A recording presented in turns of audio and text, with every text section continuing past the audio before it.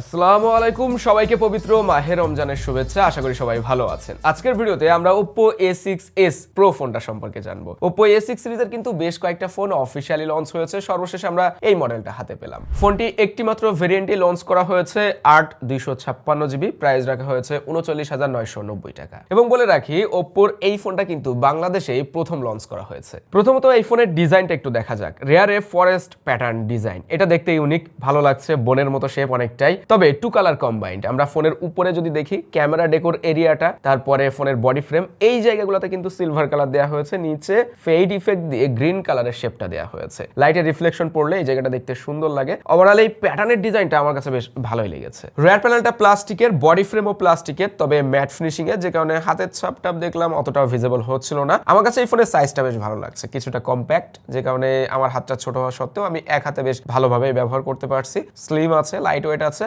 সব মিলিয়ে ডিজাইনটা আমার কাছে বেশ পছন্দই হয়েছে। IP69K রেটিং রয়েছে, ওয়াটার অ্যান্ড ডাস্ট রেটিং, যে কারণে পানির ভিতরে ছবি তোলা, ভিডিওগ্রাফি করা ওইগুলো করা যাবে, যেহেতু এর ক্যামেরাতে আন্ডার ওয়াটার মোডটাও রয়েছে। Military grade impact resistance certificate থাকছে, মানে অল্প স্বল্প ডিস্টেন্স থেকে পড়লে ফোনে সমস্যা হওয়ার কথা না। ও স্ক্রিন প্রোটেকশন থাকছে HGC DT-Star D+।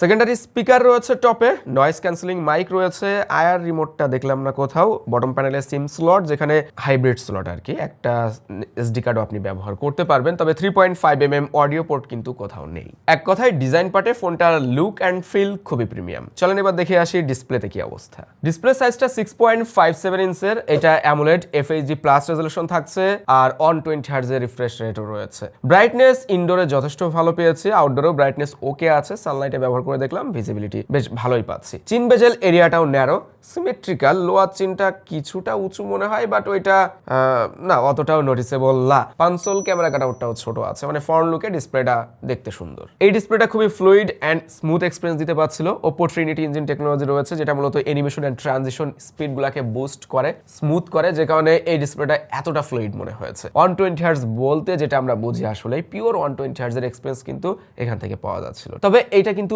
HDR panel না, যে কারণে HDR কন্টেন্ট এক্সপিরিয়েন্স করা যাবে না। তবে 10 বিটের প্যানেল, কালার টালার এইগুলা খুবই ভাইব্রেন্ট অ্যান্ড শার্পনেস ডিটেলস ভালো আছে, যেহেতু FHD+ resolution. Wide vine Elon supported রয়েছে, OTT প্ল্যাটফর্মে হাই রেজোলিউশনে কন্টেন্ট দেখা যাবে, এবং আমরা ইউটিউবে দেখলাম সর্বোচ্চ 2K 60 FPS এ ভিডিও রান করতে পারে। আর এই ডিসপ্লেতে AOD থাকলেও সেটা কিন্তু এই 5 সেকেন্ড জ্বলে আর কি, এখনকার AOD 5 সেকেন্ড ও সবসময় জ্বলে থাকে না। প্রাইস বিবেচনায় আমার কাছে যেটা মনে হয়েছে, ওভারঅল এই ডিসপ্লের কোয়ালিটি গুড, বাট একটা জায়গায় ঘাটতি রয়েছে, সেটা হলো HDR সাপোর্টেড না। আমার মতে এরকম প্রাইস রেঞ্জে অবশ্যই HDR সাপোর্ট থাকা দরকার ছিল। যেহেতু ডুয়েল স্পিকারস রয়েছে, চলেন আমরা একটু সাউন্ড কোয়ালিটি শুনে আসি, আসলে স্টেরিও সাউন্ড এক্সপিরিয়েন্স কেমন পাওয়া যায়।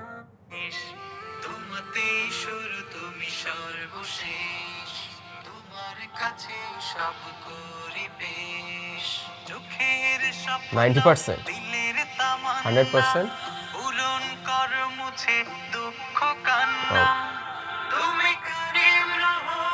দারুণ সাউন্ড কোয়ালিটি খুবই ভালো পেয়েছি।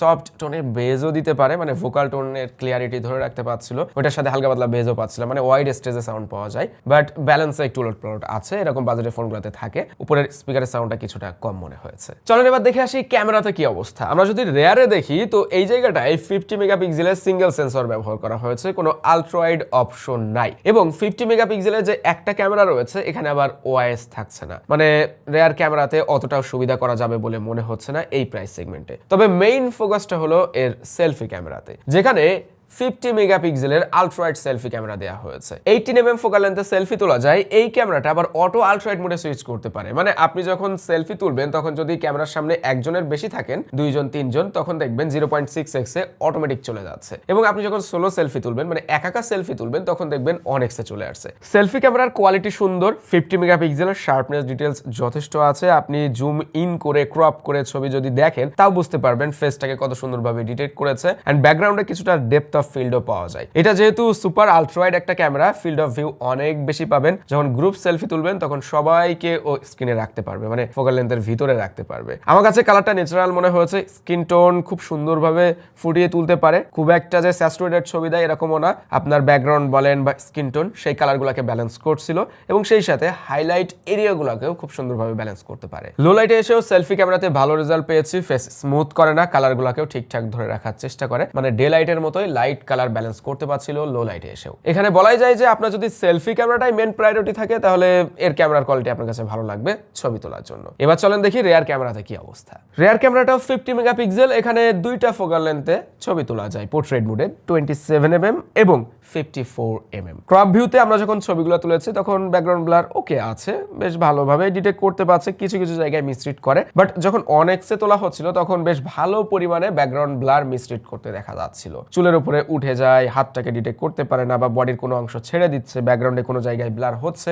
তো কোনো জায়গায় হচ্ছে না। যে ব্যাপারগুলি 54mm ফোকাল লেন্থে কিছুটা কাটে উঠে গেলেও অনেক্সে এসে তো বেশ ভালো পরিমাণে ভিজিবল হচ্ছে। আমার কাছে যেটা মনে হয়েছে আরেকটু নজর দেওয়া উচিত ছিল, ব্যাকগ্রাউন্ড ব্লার, বোকে এইগুলোতে কাজ করা দরকার ছিল ওপর, তাহলে বোধহয় এই ফোন থেকে আমরা আরো ভালো পোর্ট্রেট ছবি তুলতে পারতাম। ক্যামেরা যেহেতু একটাই, সো এখান থেকে আমরা আলট্রা ওয়াইড ভিউ পাচ্ছি না, 27mm ফোকাল লেন্থ পাচ্ছি সর্বনিম্ন, যেখান থেকে আমরা ল্যান্ডস্কেপ ছবি তুলেছি কয়েকটা, ল্যান্ডস্কেপ ছবিতে এসে কোয়ালিটি ভালো পেয়েছি। হ্যাঁ, এই জায়গাটায় কালারগুলোকে ন্যাচারাল মনে হয়েছে, ডাইনামিক রেঞ্জে কিছুটা দুর্বলতা, মানে শ্যাডো এরিয়াগুলোকে একটু ডিপ করে ফেলছিল, বাট ওভারঅল ছবি দেখলে আমার কাছে কোয়ালিটি বেশ ভালোই মনে হয়েছে। কালার ন্যাচারাল আছে, শার্পনেস ডিটেইলস ওকে আছে, লো লাইটে এসেও দেখলাম অত বেশি স্মুথ করে না, লো লাইটেও কালারগুলোকে ধরে রাখতে পারে, হাইলাইট এরিয়াগুলোকেও ব্যালেন্স করতে পারছিল, অস্টাউটও লাগছিল না। সামনে এবং পিছন ক্যামেরাতে সর্বোচ্চ 1080p রেজোলিউশনে ভিডিও শুট করা যায়, তবে পিছন ক্যামেরাতে 1080p 60fps এ আপনি শুট করতে পারবেন এবং সামনের ক্যামেরাতে এসে 1080p 30fps এ শুট করতে পারবেন। এই মুহূর্তে সামনের ক্যামেরাতে এই ভিডিওটা শুট হচ্ছে এবং এখানে ইআইএস রয়েছে, যে কারণে যথেষ্ট স্টেবল ভিডিও পাচ্ছি। আলট্রা ওয়াইড ভাই খুবই, মানে আমি যদি হাত লম্বা করি তো আমার দেখেন কোন পর্যন্ত দেখা যাচ্ছে বডির, আমি ক্লোজে আসলেও আমার ফেসটা কাট হয়ে যাচ্ছে না। সো ভিউটা খুব ভালো, ফিল্ড অফ ভিউটা ভালো পাওয়া যাচ্ছে। বাট 2026 সালে এসে আমার কাছে মনে হয় এরকম প্রাইস সেগমেন্টে অবশ্যই বোথ ক্যামেরাতে 4K রেজোলিউশন থাকা উচিত, কারণ এখন আমরা সবাই কন্টেন্ট তৈরি করতে চাই, ক্যামেরা অন করে ভিডিও শুট করতে চাই। 1080p রেজোলিউশন এখন অনেকটাই পিছিয়ে। রেয়ার ক্যামেরাতে 1080p 60fps এ ভিডিও শুট করা যায়, এখন 1080p 60fps এ ভিডিওটা শুট হচ্ছে। 1080p 30fps এ শুট করার অপশন রয়েছে, ওই সময় ইআইএস ব্যবহার করে ভিডিও আরেকটু স্টেবল করে, বাট যেহেতু 1080p রেজোলিউশন ইআইএস যখন এনেবল করা হয় তখন কিন্তু ভিডিওটা বেশ ক্রপ হয়ে যায়, যে কারণে কোয়ালিটি অনেকটাই লেস হতে দেখা যায়। 1080p 60fps এ এমনিতে নর্মাল মোডে ভিডিও কোয়ালিটি দেখতে খারাপ লাগছে না। ফোনটাতে camera to API level 3 unlocked না, মানে এখানে আপনি ফুল পর্যন্ত পাচ্ছেন। আমরা এআই পার্টে যেটা দেখলাম, এই ফোনের এআই স্টুডিওর ভিতরে আমরা এআই এডিটর পাচ্ছি, যেখানে এআই রিকম্পোজ রয়েছে, AI eraser, AI portrait glow, যেটা কিন্তু মানে রেনো সিরিজের ফোনে আমরা দেখেছি লাস্ট। সো এআই পোর্ট্রেট গ্লোটা এখানেও দেওয়া হয়েছে, খুব দারুণ কাজ করে জিনিসটা, আপনারা ব্যবহার করলেই বুঝতে পারবেন। আমরা ভিডিওলে দেখিয়ে দিচ্ছি, দেখলেই বুঝবেন যে একটা অন্ধকারের পোর্ট্রেট ছবিকে কত সুন্দরভাবে গ্লো করতে পারে, কত সুন্দরভাবে ফেসটাকে হাইলাইট করে, বডিটাকে হাইলাইট করে, মানে আলোর একটা খেলা ওখানে দেখা যায়। তারপরে আমরা এআই পারফেক্ট শুট পাচ্ছি, ইনহ্যান্স ক্লিয়ারিটি, আনব্লার, রিমুভ রিফ্লেকশনস, এই ধরনের এআই ফিচারগুলো কিন্তু এই ফোনেও রয়েছে। এবার আমরা জানবো পারফরমেন্স, ওএস, ইউআই এগুলাতে কি অবস্থা। ফোনটাতে হেলিও G100 Max SoC ব্যবহার করা হয়েছে, 8+ 256GB storage, UFS 2.2 storage type. G100 Max এই SoC নিয়ে একটু কথা বলতে হয়। দেখেন অফিসিয়াল মার্কেটে 20-25 এরকম প্রাইস সেগমেন্টেও কিন্তু G100 SoC ব্যবহার হতে আমরা দেখেছি। 40,000 টাকার ফোনে এখানে কিন্তু আরো বেটার অনেক অপশন ছিল। আমি যদি সহজ কথাই বলি, 2026 সালে এসে আমরা যেখানে কিনা 5G সময়ে চলে এসেছি, সো এত টাকা দিয়ে একটা ফোন কিনবো বাট 5G SoC ব্যবহার হচ্ছে না, এটা আমার কাছে হতাশারই মনে হয়েছে। এই জায়গাটায় অবশ্যই ওপ্পোর উচিত ছিল 5G কোন SoC ব্যবহার করা, আরো বেটার কোন SoC ব্যবহার করা। ভালো ব্যাপার হলো এখানে ভিসি কুলিং সিস্টেম রয়েছে এবং ওপ্পোর ColorOS 16 রয়েছে বেসড অন Android 16। তবে G100 Max SoC দিয়ে ফোনটা আসলে কেমন চলেছে সেটা জানতে হয়। এর আগে পর্যন্ত আমরা G99, G100 বলেন বা G200, এগুলো তো প্রায় সিমিলার SoC, এগুলা দিয়ে যতগুলা ফোন আমরা রিভিউ করেছি ওইগুলোর তুলনায় এই ফোনের পারফরমেন্সে আকাশ পাতাল পার্থক্য রয়েছে। ব্যাপারটা এখানেই ঘটেছে, কেননা এই জায়গাটায় শুধুমাত্র G100 Max কাজ করছে না, ওপ্পো ট্রিনিটি ইঞ্জিন রয়েছে, ওপ্পোর ColorOS 16 রয়েছে, ওএসও কিন্তু অনেকটাই ম্যাটার করে একটা ফোনের স্মুথ এক্সপিরিয়েন্সের জন্য বা পারফরমেন্স ভালো পাওয়ার জন্য। সো এই ফোনটাতে আমরা 120 হার্টজের যে বাটার স্মুথ এক্সপিরিয়েন্স সেটা পেয়েছি, অ্যাপ ওপেনিং ক্লোজিং টাইম খুবই ফাস্ট পেয়েছি, ডে টু ডে ইউজেসে কন্টেন্ট দেখা, ইউটিউবের ভিডিও দেখা, অ্যাপ্লিকেশনগুলি ব্যবহার করা বা হালকা পাতলা গেমিং করা, এইগুলা এই ফোনটা খুব ভালোভাবে হ্যান্ডেল করতে পারছিল। ColorOS 16 এর ট্রানজিশন অ্যানিমেশনগুলো আগের তুলনায় অনেক বেশি স্মুথ, ইউআইটা আরো বেশি মিনিমাল এন্ড ক্লিন মনে হয়, রিফ্রেশিং একটা ভাইব পাওয়া যাচ্ছিল। আমরা যখন কন্ট্রোল সেকশনে ঢুকছি প্রত্যেকটা জায়গায় অ্যানিমেশনগুলো ফিল করা যাচ্ছিল, যখন গ্রুপে ঢুকছি, যখন মেনু বারে ঢুকছি, মানে এত সুন্দর ফ্লুইড এক্সপিরিয়েন্স পাওয়া যাচ্ছে যেটা আসলে মানে টাচ করার সাথে সাথে নিজের সাথে সাথে ফিল করা যায় ব্যাপারটা। ল্যাগ বাগ বেঁধে যাচ্ছে, আটকে যাচ্ছে, ওই ধরনের সমস্যা কিন্তু ছিল না বললেই চলে। সব ভালো হলেও এই ওয়েসটায় আমি একটা জায়গায় মিস করেছি, সেটা হলো গুগলের সার্কেল টু সার্চ দেওয়া হয় নাই ভাই।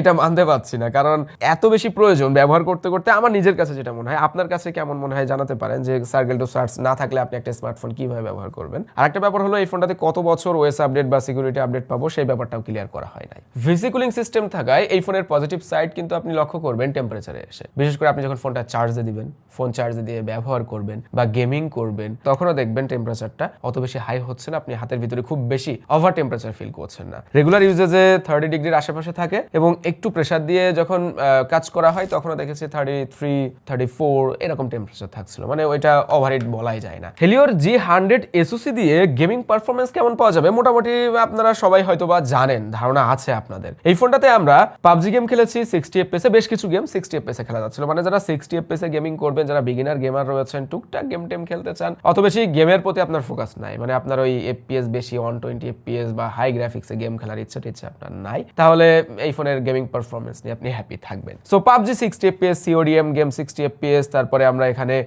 ফুটবল গেমটাও খেলেছি, ওইটাতে দেখলাম 60 FPS খেলা যাচ্ছিল। লো সেটিংসে 60 FPS যখন গেমিং করা হচ্ছিল, পাবজি বলেন বা অন্যান্য যে সকল গেমগুলো, এগুলোতে ফ্রেম ড্রপ খুব একটা লক্ষণীয় ছিল না, যেহেতু ফোনটা ওভারহিট হয় না, টেম্পারেচারটা কন্ট্রোলে থাকে, সো FPSটা স্টেবল পাওয়া যাচ্ছিল। 58, 57 এরকম টেম্পারেচারে ওঠানামা করে, কোনো সময় একটু ড্রপ করে, এনিমি বেশি থাকলে বা দেখা যাচ্ছে গ্রাফিক্যাল মোমেন্টস বেশি থাকলে তখন একটু FPS ড্রপ করতে দেখা যায়, বাট ওভারঅল FPSটা 60 এর আশেপাশে ঘোরাফেরা করে। ফোনটার পারফরমেন্স পার্টে আমার মতামতটা এমন যে আমি 20-25 হাজার টাকার ফোনের কথা বলেছি, যেখানেও G100 Max SoC বা G100 SoC ব্যবহার হয়েছে। দেখেন ওই 20-25 হাজার টাকার ফোনের সাথে এই ফোনের এমন কিছু বিষয় আপনি মিলাইতে পারবেন না। যেমন আমি সত্য কথাগুলো বলি, এই ফোনে ভিডিও রেকর্ড করার সময় যে সাউন্ড কোয়ালিটি আপনি পাবেন সেটা ওই বাজেটের ফোনে পাবেন না। এই ফোনের স্পিকার কোয়ালিটি যেমন পাচ্ছেন সেটা ওই বাজেটের ফোনে পাবেন না। ডিসপ্লে কোয়ালিটি ওই বাজেটের ফোনে পাবেন না। ডিউরেবিলিটি, যে বডি ডিজাইন বা এটা যে লংজিভিটি, একটা ফোন কেনার পরে আপনি 3 বছর 4 বছর 5 বছর ব্যবহার করবেন, সেটা কিন্তু এরকম বাজেটের ফোনে নাও পেতে পারেন। সো হার্ডওয়্যার পার্টে এমন কিছু জায়গায় স্ট্রং করা হয়েছে যেটা এই ফোনে প্রিমিয়ামনেস বাড়িয়ে তুলেছে, এই ফোনের দামকে বাড়িয়ে তুলেছে। 7000 mAh ব্যাটারি রয়েছে ফোনটাতে, সেই তুলনায় ফোন হেভি না, অত বেশি মোটাও না, লাইট ওয়েট মনে হয়। আসলে সিলিকন কার্বন টেকনোলজি আসার পরে আমরা এই ব্যাপারগুলো খেয়াল করছি ব্যাটারি ইনোভেশনে, যে ফোন মোটা হচ্ছে না, স্লিম হচ্ছে, তারপরে ব্যাটারি বড়সড় হচ্ছে। যাই হোক, এই ফোনটা যদি আপনি হেভি ইউজ করেন, মানে খুব প্রেসার দিয়ে ব্যবহার করেন, তাও 1 দিন প্লাস ব্যাকআপ টাইম পেয়ে যাবেন ইজিলি। 1.5 দিন পাওয়া সম্ভব। যারা ব্যাকআপ টাইম নিয়ে চিন্তা করে ব্যবহার করবেন, যে না আমার ব্যাকআপ টাইম বেশি প্রয়োজন, ব্রাইটনেস কম দিয়ে ব্যবহার করা, ইন্টারনেট কম ব্যবহার করা, সেই ক্ষেত্রে দেখা যাচ্ছে আপনি 2 দিন ব্যাকআপ টাইম এই ফোন থেকে সহজেই পেয়ে যাবেন। মানে ব্যাটারি ব্যাকআপ নিয়ে কোনো প্যারা নেই। 80 ওয়াটের চার্জিং স্পিড রয়েছে, চার্জও খুব দ্রুত হয়, মানে ব্যাটারি চার্জিং স্পিডে এই ফোনটাতে আপনি হ্যাপি থাকবেন। ভাই জিনিসপত্রের দাম যেভাবে বেড়ে যাচ্ছে, আস্তে আস্তে ওই র্যাম কেনা সোনা কেনা সমান অবস্থা হয়ে যাচ্ছে। মানে যা আমাদের দরকার ছিল, যে প্রাইসে আমরা যা কিছু আশা করছি সেটা তো পাচ্ছিই না, বরং আরো বেশি টাকা দিয়েও সেটাও পাচ্ছি না। মানে বুঝতে পারছেন মার্কেটের অবস্থা। এই টেকি জিনিসপত্রের দাম আস্তে আস্তে বেড়ে যাচ্ছে মূলত র্যাম স্টোরেজের দাম বৃদ্ধির কারণে, যেটা সম্পর্কে আপনারা ইন্টারনেটে রিসার্চ করলে জানতে পারবেন। এখন ভাই কথা ওইটা না, কথা যেটা হলো এই ফোনটা কেমন, শর্টকাটে প্রোজ এন্ড কনস নিয়ে কথা বলবো, যাতে করে আপনারা ফোনটা সম্পর্কে ধারণা পান। এতক্ষণ যা বকে এসেছি আর কি। সো প্রথমত কনস নিয়েই কথা বলা যাক। এই ফোনটাতে যে সকল জায়গাগুলোতে ইমপ্রুভমেন্টের সুযোগ ছিল,